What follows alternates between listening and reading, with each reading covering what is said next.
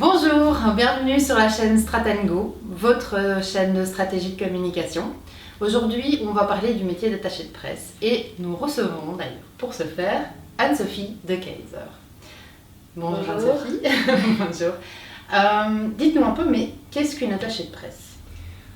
Alors une attachée de presse, c'est une personne qui fait le lien, donc c'est un service entre un éditeur, un homme politique, un produit à vendre qu'on voudrait faire passer dans la presse et dont on voudrait faire parler, mais avec un contenu rédactionnel, c'est-à-dire qu'un journaliste fasse un article sur la question. C'est pas comme un publi-reportage ou une publicité au sens strict.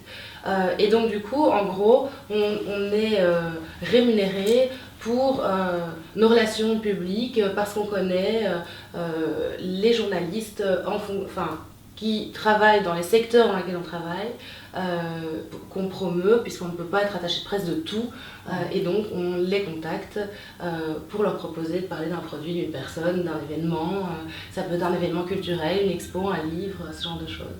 Et est-ce qu'on peut faire appel à une attachée de presse pour n'importe quoi, n'importe quel produit, n'importe quel service, n'importe quand? Alors ça dépend évidemment. Il faut que ce soit quelque chose qui puisse intéresser la presse, donc ça doit être quelque chose en rapport avec l'actualité ou qui soit particulièrement original, qui puisse s'intégrer dans un article plus vaste, dans quelque chose de thématique, mais ça ne peut pas être un salon de coiffure par exemple, sauf si ce salon de coiffure a créé une toute nouvelle façon de texture de cheveux à base de crin de cheval, j'invente, mais voilà, il faut que ce soit quelque chose qui sort de l'ordinaire, qui fasse que ce soit exceptionnel, ou en tout cas suffisamment pour que ça puisse intéresser les journalistes et sortir la épingle du jeu. D'accord, donc ça peut être une nouveauté, une invention, une histoire à raconter qui sort un peu de la norme. Exactement. L'actualité aussi a un rôle à jouer, donc c'est bien si ça s'inscrit dans l'actualité. Tout à fait, tout à fait. Il faut que ça s'inscrive d'une certaine manière. Ça peut être une exposition qui commence au mois de mars et qui se termine en juillet, parce que si l'exposition dure plus longtemps, les journalistes le font passer après parce qu'ils sont tellement sollicités qu'ils disent ça m'intéresse, j'en parlerai plus tard, et puis finalement dans le feu de l'action on peut oublier. Donc de toute façon c'est plus intéressant quand ça peut s'inscrire dans l'actualité parce que c'est nouveau et que ça vient de sortir, mais ça c'est intéressant aussi parce que par exemple un livre reste 3 mois en librairie, donc les journalistes sont frileux de parler d'un livre qui est paru il y a 6 mois par exemple, parce que du coup ça va plus se retrouver en librairie, donc c'est pas intéressant pour eux. Okay. Et au niveau du prix, vraiment de ce à quoi on peut s'attendre à payer quand on fait appel à une attachée de presse? Ça dépend, ça peut être une fourchette énorme, ça peut varier de 800 € à 5-6 000 € en fonction de l'événement, en fonction du temps que l'attachée de presse va passer sur votre événement, en fonction du nombre de journalistes qu'elle va contacter. Elle peut cibler stratégiquement d'en contacter que quelques-uns pour que ça vous coûte moins cher, mais ça il faut voir avec elle. En fonction du bureau, si c'est une attachée de presse indépendante comme moi, ça permet de réduire les frais. Si vous êtes avec un gros bureau qui fait pas que les relations de presse mais d'autres stratégies de communication, ça peut être encore différent.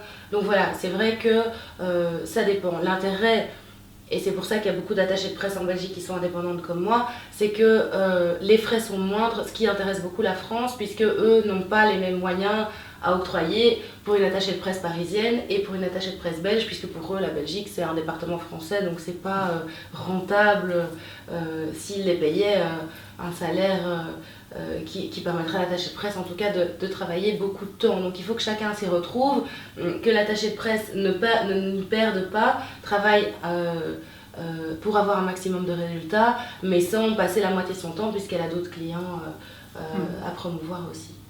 Et du coup, comment est-ce qu'on reconnaît une bonne attachée de presse? Donc, pour les personnes qui nous regardent, il y en a peut-être certains qui cherchent à travailler avec une attachée de presse, à engager un attaché de presse pour promouvoir la sortie d'une formation, d'un produit, d'un service. Et comment est-ce qu'ils font pour trouver une bonne attachée de presse? Le bouche à oreille c'est le mieux parce que du coup vous avez confiance, parce que quelqu'un va vous parler de sa propre expérience, mais si vous ne connaissez personne qui connaît une attachée de presse, pour peu qu'elle travaille dans le même domaine que celui dans lequel vous voulez assurer une promotion, c'est l'interpersonnel. Il faut que la personne, il faut que le contact passe parce qu'une attachée de presse qui va vous apprécier, qui va apprécier vos produits, ça va se sentir dans la façon dont elle va vendre le produit, dans son enthousiasme à le faire et à le transmettre aux journalistes. Les jours où on se sent moins bien, une attachée de presse sera moins bonne, ça va se ressentir dans les résultats. Donc moi, en général, dans ces cas-là, je préfère ne pas passer de coup de fil, j'envoie des emails, mais j'évite de contacter les journalistes parce que je sais que ça va se ressentir et ça pourrait être pris pour un manque d'enthousiasme pour le produit alors que ça n'a rien à voir. Donc ça reste un métier profondément humain. Et par conséquent, quand vous contactez une attachée de presse, c'est le plus important, je pense. C'est ressentir ça. Après, évidemment, il faut que l'attachée de presse ait les compétences requises, à savoir qu'elle sache stratégiquement adapter à chaque support médiatique votre produit pour que ça puisse intéresser et la journaliste et la façon d'aborder par rapport aux lecteurs, aux téléspectateurs, aux auditeurs. Donc, est-ce qu'on peut dire pour résumer par rapport à cette question, que pour trouver un bon attaché de presse, premièrement l'appeler, deuxièmement éventuellement regarder ses références sur son site, voir ce qu'elle a déjà fait, et troisièmement être sûr que cette personne soit spécialisée, donc par exemple si j'écris un livre, que cette personne soit spécialisée dans le culturel. C'est mieux même pour l'attachée de presse, sinon elle va effectivement pas se sentir à l'aise. Moi ça m'arrive de me donner des défis où je me dis je vais entrer dans une sphère que je connais moins bien. Ça peut se justifier pour mille et une raisons, mais ce ne sera pas aussi simple pour elle de le faire.